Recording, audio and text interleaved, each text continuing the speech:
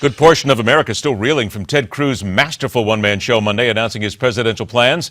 This and much more we take to the water cooler. Welcome back from 630 KHOW in Denver, Colorado. Michael Brown, always a pleasure to see you again. Mike, thanks for joining us. Always good to see you, Ed. What'd you think about Ted Cruz? Because I'll tell you what, I have been excoriated on Twitter today by people who they are angry at me, even questioning for one moment where I would say he cannot repeal every single word of Obamacare. It's going to come back one way or another and abolish the IRS. I mean, look, everybody, take a handle. Take it back a little bit here. I'm just saying that, quite frankly, Mike, there's a lot in here that even Republicans are questioning, right? Absolutely. But let's set aside the actual political issues for a minute and just talk about the speech. The speech was brilliant for two reasons. One, he looked forward. He talked about breaking the rules.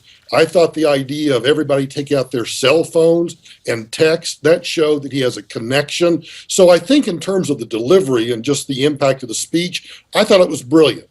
Now, the reality, he will be like any other president. He'll have to govern. He'll have to deal with, well, I shouldn't say any other president, because clearly this president doesn't negotiate or deal with Congress. But if he does it the right way, he'll have to deal with Congress. He'll have to negotiate. He'll have to compromise. But hey, you know what excited me about the speech? And look, I'm not sure who I'm going to vote for yet. It's way too early.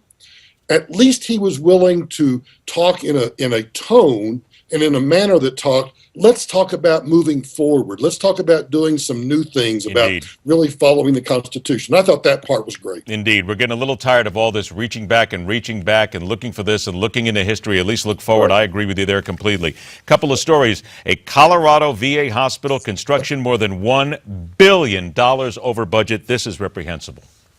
It is reprehensible. In fact, it was so bad. The backstory to this, Ed, the contractor that was originally doing the construction walked away from this project and ended up suing the VA and won. And the court said, you guys are incompetent.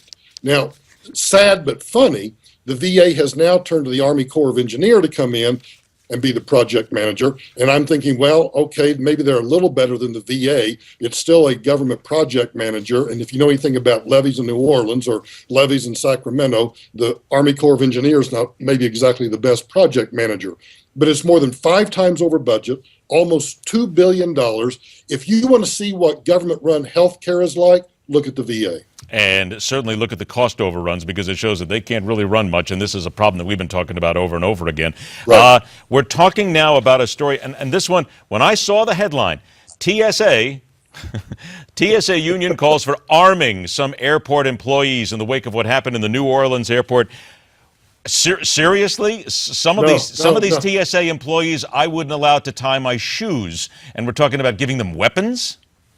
This is, first of all, let's be clear. Here's what's funny.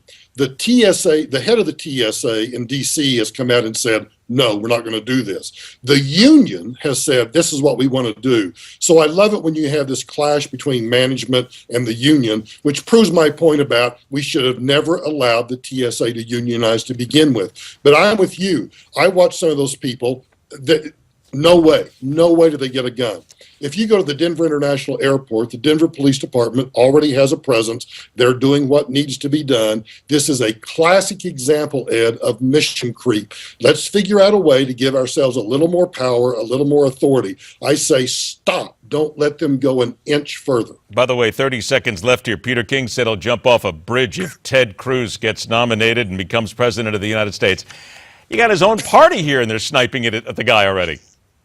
Republicans, I have a message for all Republicans. Stop it. Quit sniping at one another. All we need to do is win right now. So for God's sake, Peter King, shut up. We have to at least say to some people, look, if you want to get elected, it's not good if your own people are sitting here bashing each other back and forth. But then again, bingo.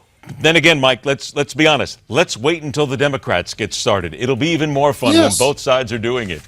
Yes, absolutely. There you go. Absolutely, yes. 630 KHOW in Denver, Colorado. That's where you find Michael Brown. You find him here from time to time. Michael, thanks so much for joining us, my friend. My pleasure. All right, when we come back, we asked you a very specific question yesterday about Ted Cruz.